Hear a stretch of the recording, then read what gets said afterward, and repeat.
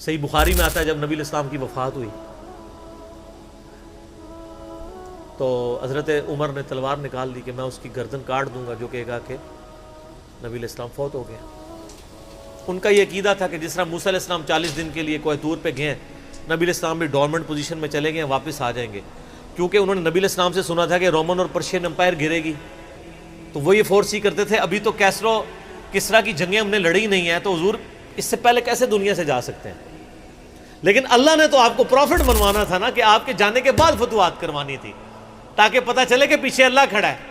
اپنی زندگی میں تو بڑے بڑے بادشاہوں نے فتوحات کی ہیں، نبی علیہ السلام کی تو دعوت کا کلائمیکس حضرت ابوبکر اور پھر حضرت عمر عثمان و علی کے دور میں جا کے ہوا ہے، جبکہ عرب قبائل بھی مرتد ہو گئے ہیں، تب بھی اللہ کے پیچھے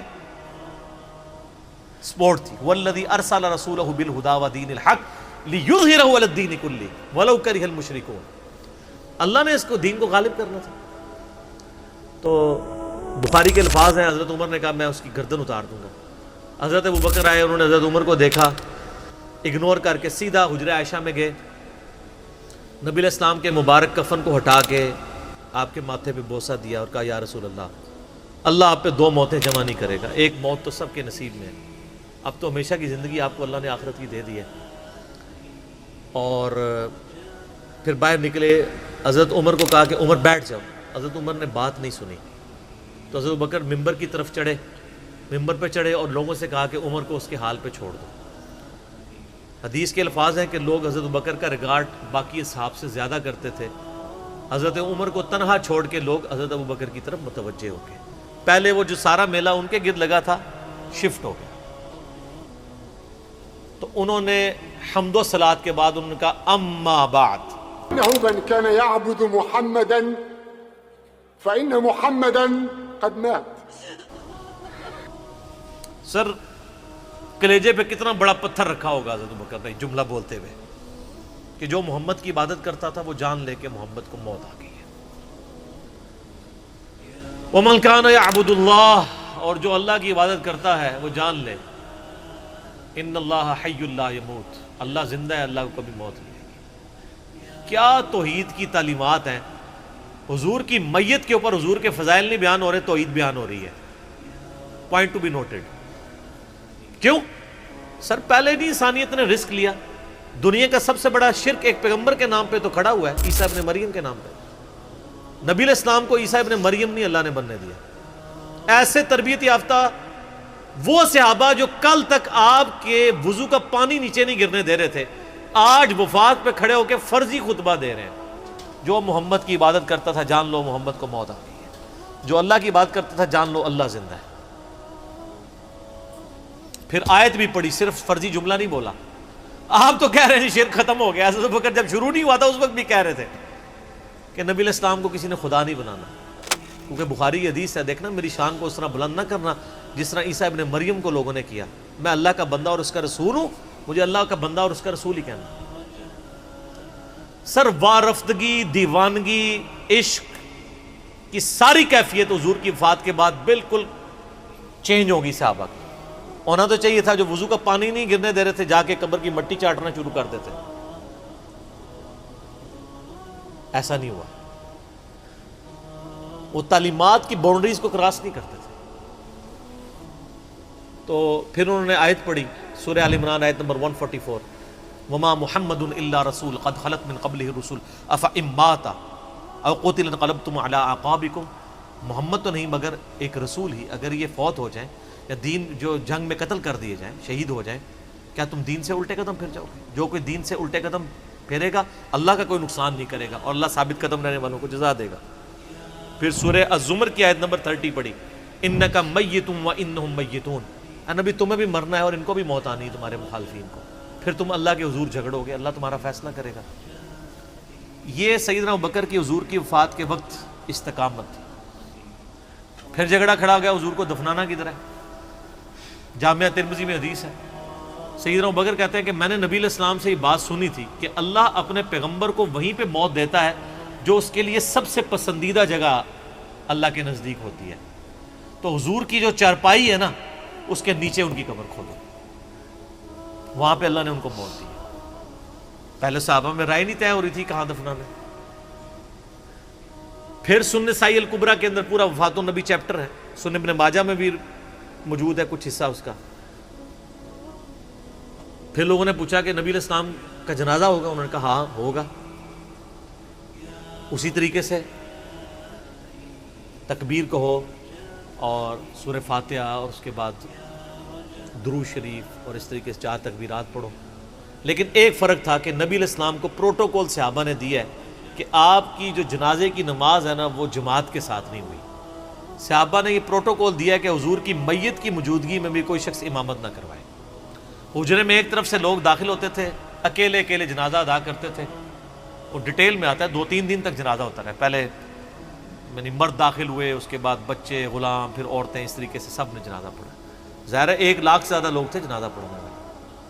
اس موقع پہ بھی سیدنا ابوبکر کی آپ استقامت دیکھیں، ورنہ حضرت عمر کتنے سٹرانگ اصحاب کے مالک تھے، ان کی حالت آپ دیکھ لیں۔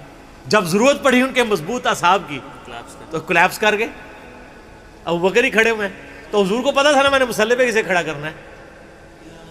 اور بخاری میں الفاظ ہیں، جب مصلی پہ کھڑا کیا فرمایا ابوبکر کے علاوہ سارے دروازے بند کر دو، صرف ابوبکر کے گھر کا دروازہ جو مسجد کی طرف کھلتا ہے، جو مسجد کا دروازہ ابوبکر کے گھر کی طرف ہے وہ کھلا رکھو، باقی سارے بند کر دو۔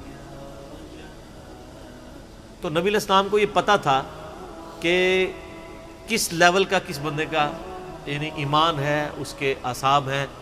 اور بخاری کے الفاظ ہیں، جب حضرت ابوبکر نے خطبہ دیا، حضرت عمر کہتے ہیں میرے پاؤں میرا بوجھ نہیں اٹھا سکے، اور مجھے یقین آ گیا کہ حضور فوت ہو چکے۔ یہاں قرآن و حدیث سن کے کسی کے کان پہ جوں تک نہیں رنگتی، وہاں پہ حضرت ابوبکر کا خطبہ اور آیات سن کے حضرت عمر کہہ رہے ہیں کہ میرے پاؤں میرا بوجھ نہیں اٹھا سکے، کہ یہ تو واقعی تو قرآن کی آیت۔ اور اس میں بخاری مسلم صحیح بخاری میں الفاظ ہیں، کئی دن تک ہم جب بھی صحابہ ایک دوسرے کو ملتے تھے تو یہی آیت سنایا کرتے تھے، وما محمد الا رسول قد خلت من قبلہ الرسل افئن مات او قتل انقلبتم علی اعقابکم، کہ محمد تو نہیں مگر ایک رسول، انہیں بھی تو موت آنی ہے، تاکہ ہمیں یہ یقین آ جائے کہ حضور دنیا سے چلے گئے۔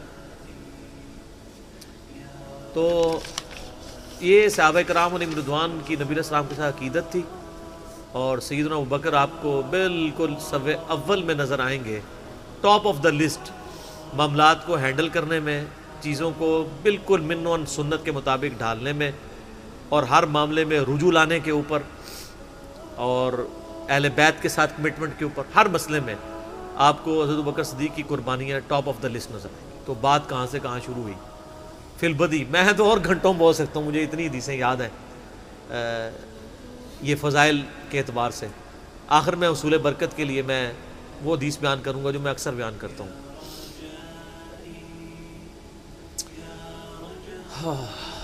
عبداللہ بن عباس رضی اللہ تعالیٰ عنہما کہتے ہیں، بخاری اور مسلم دونوں میں ہے، کہ سیدنا عمر کی میت رکھی ہوئی تھی اور لوگ آ کے ان کی میت پہ سلام پڑھ رہے تھے، اور اپنے اپنے انداز میں خراج تحسین پیش کر رہے تھے کہ اس شخص کی وجہ سے اسلام کو کیا عروج ملا۔